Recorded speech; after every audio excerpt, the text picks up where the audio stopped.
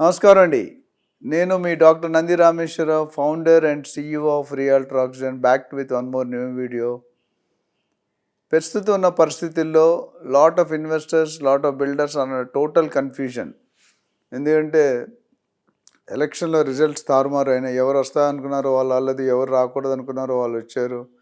అయితే రావడం కూడా మామూలుగా రాలేదు. క్లీన్ స్వీప్ 164 సీట్స్ అంటే అది షాకింగ్. హవక్కయ్యారు. అనూహ్యమైన రిజల్ట్స్, పరిస్థితులు మారిపోతాయి.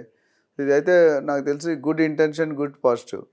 నా ప్రకారం మీకు కన్ఫ్యూజన్ వాళ్ళకి చెప్తానంటే ఇద్దరు 2 స్టేట్లో కూడా పెట్టుకోవచ్చండి. దానిలో మీకు ఎటువంటి సందేహం అక్కర్లేదు, ఎటువంటి డౌట్స్ అక్కర్లేదు. ఎందుకంటే Telangana is already developed, going on full swing. Andhra is going to develop. So ఆంధ్రాలో మీకు కొద్ది కంపేర్ టు తెలంగాణ ప్రైసింగ్లో తక్కువనే ఉంటుందండి. ఎందుకంటే it is yet to base the build, yet to develop the infrastructure, yet to build a lot of other confidence. బేసిక్గా చంద్రబాబు నాయుడు గారు కాన్ఫిడెన్స్ని రీబూస్ట్ చేయాలి investors and బిల్డర్స్ని. ఎందుకంటే ఎవరైతే వెళ్ళిపోయారో, సొంత ఇల్లు వదిలి మళ్ళీ గూటికి రావాలనుకుంటే వాళ్ళకి కాన్ఫిడెన్స్ వచ్చినప్పుడు మాత్రమే మనకి పాసిబుల్ ఉంటుందండి. లేకపోతే it is going to have a major impact. ఏపీలో ఉన్న ఛాలెంజ్ ఏంటంటే they are now force to prove that we are also capable of developing the infrastructure whatever we lost in last 5 years. ఏదైతే ఏ సిటీలో కూడా నేను రోడ్డుకి వెళ్తే టోటలీ అన్హ్యాపీ. అసలు రోడ్డు మనం హైదరాబాద్లో ఓఆర్ఆర్ రోడ్డు చూసిన తర్వాత వైజాగ్లో రోడ్డు చూస్తే మనం అసలు ట్రావెల్ చేయడమే దండగా అనిపిస్తుంది. నేను కలకత్తా, చెన్నై వెళ్తే కూడా అట్లా ఉంటాయి రోడ్స్. మన హైదరాబాద్ ఉన్న బెస్ట్ పాయింట్ అంటే ఇన్ఫ్రాస్ట్రక్చర్లో దే ఆర్, ఐ థింక్ నేను చెప్పొచ్చు లేదా we're close to number 1 position. ఎందుకంటే మనకున్న ఇన్ఫ్రాస్ట్రక్చర్ స్ట్రెంగ్త్ కానీ, ఆ శ్రద్ధ కానీ, ఇంటెన్షన్ కానీ, ఆ ఫోకస్ కానీ very good. Today Hyderabad is gone ఈ లెవెల్కి వెళ్ళిపోయింది. 100 కోట్లు, 80 కోట్లు, 70 కోట్లు పర్ ఏకర్ ఉన్నదంటే all credit goes to all the previous government including the present government. ఎందుకంటే ఇన్ఫ్రాస్ట్రక్చర్ డెవలప్ చేయాలనే ఆలోచన మంచిది.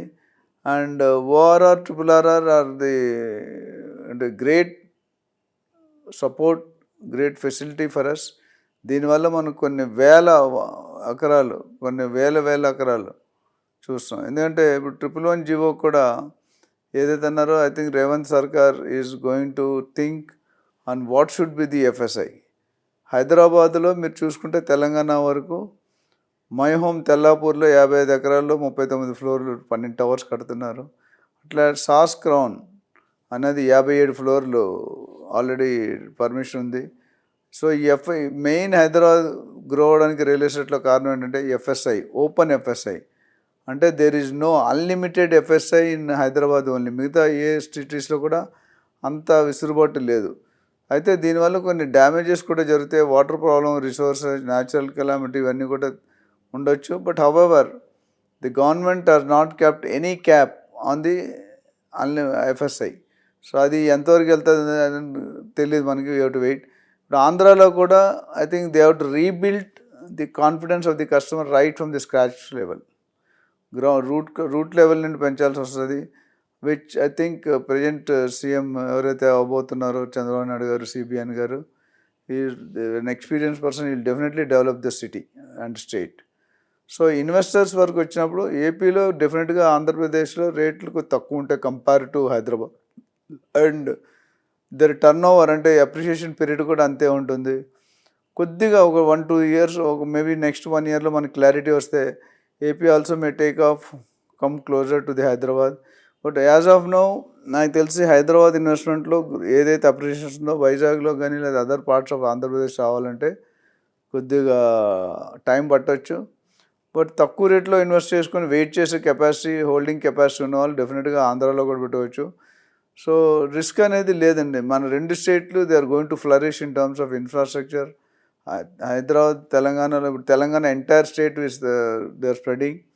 అండ్ ఇప్పుడు ఏపీలో చూసుకుంటే మేజర్ సిటీస్ వైజాగ్, గుంటూరు, విజయవాడ, కర్నూలు, తిరుపతి, బాపట్ల, చీరాల, తెనాలి, ఒంగోలు, ఇవన్నీ కూడా పిడుగురాళ్ళ, ఇవన్నీ కూడా మీకు డెవలప్ అయ్యే stage. Especially Vijayawada is going to become a major because centrally located for entire country కాబట్టి it's going to take of.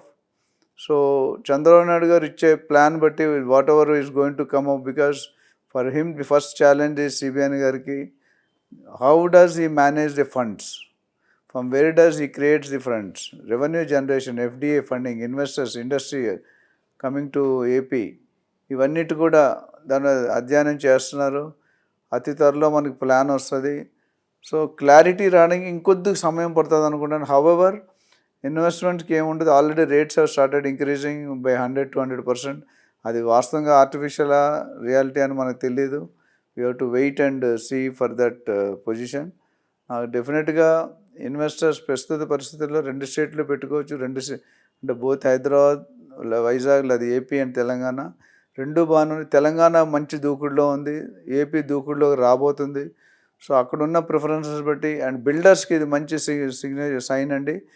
ఎవరైతే builders, even some people from AP, from Telangana builders కూడా they may look at Vijayawada and Andhra Pradesh as a hub destiny for real estate. Because నేను ఒక 25-30 బిల్డర్స్తో, there are common builders who are doing projects in both AP and Telangana. So shift అనేది mix ఉంది. అక్కడ వాళ్ళు ఇక్కడికి వచ్చే అవకాశం ఉంది, ఇక్కడ వాళ్ళు అక్కడ వెళ్ళే అవకాశం ఉంది, ఇక్కడ వాళ్ళు అక్కడికి వెళ్ళే అవకాశాలు ఎక్కువ ఉన్నాయి. People are operating. నాకు ఎవ్రీడే ఒక 2-3 కాల్స్ బిల్డర్స్ నుండి వస్తున్నాయి. సార్ అక్కడ ఎలా ఉంటుంది, అక్కడ పెట్టవచ్చా, ఆల్రెడీ 50 ఎకరాలు, 100 ఎకరాలు, 200 ఎకరాలు మాట్లాడుతుంటే డెఫినెట్లీ ఇట్ ఈస్ గుడ్. ఎందుకంటే ఎంత కన్స్ట్రక్షన్ అయితే అంత benefit to the individual investors. అది మనకి ఇంపార్టెంట్. సో ఇన్వెస్టర్స్కి ఏం కావాలంటే సేఫ్టీ కావాలి, సెక్యూరిటీ కావాలి, కాన్ఫిడెన్స్ కావాలి, అప్రిషియేషన్ కావాలి. ఇంతవరకు ఏపీలో అది పోయింది. ఆ ఫ్యాక్టర్ అనేది టోటల్గా కనుమరుగైపోయింది, కనిపించలేదు. ఇప్పుడు ఆ ఫ్యాక్టర్ కనుక రీబిల్డ్ చేస్తే కనుక ఎందుకంటే ఎవరైనా బయ్యర్ ఒక ప్రాజెక్ట్ కొంటే 10 సంవత్సరాలు 5 సంవత్సరాల దాకా డెలివరీ కాకపోతే ఎగ్జిట్ కాలేరు, సెకండ్ హోమ్ ప్లాన్ చేయలేరు, సెకండ్ ప్రాపర్టీ బై చేయలేరు. సో ఆ ఎగ్జిట్ ప్లాన్ ఎలా వస్తుందంటే ప్రాజెక్ట్స్ టైంలో కంప్లీట్ చేయాలి, గవర్నమెంట్ పర్మిషన్స్ ఇవ్వాలి, బిల్డర్ దాన్ని హానర్ చేయాలి, కమిట్ చేయాలి, కంప్లీట్ చేయాలి, హ్యాండ్ ఓవర్ చేయాలి, then they can move to the next project. అందులో కొద్దిగా జాప్యం కలిగింది as far as Andhra Pradesh is concern.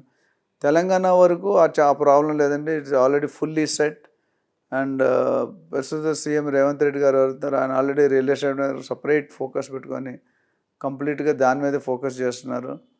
So as far as investors are concern, buyers are concern, developers are concern, they can choose both.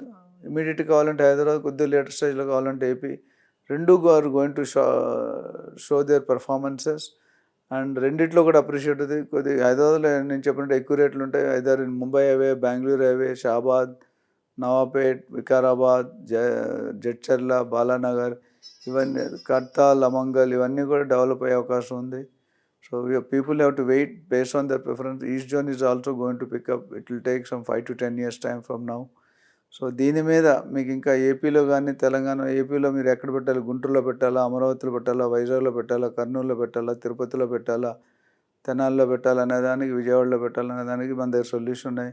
A lot of statistics, logistics which can prove that here the appreciation will be more. So దీని మీద ఏదైనా అవగాహన కావాలంటే డెఫినెట్గా you can call me. My name is Dr. Nandi Rameshwara, founder and CEO of Realtor Auction. Thank you.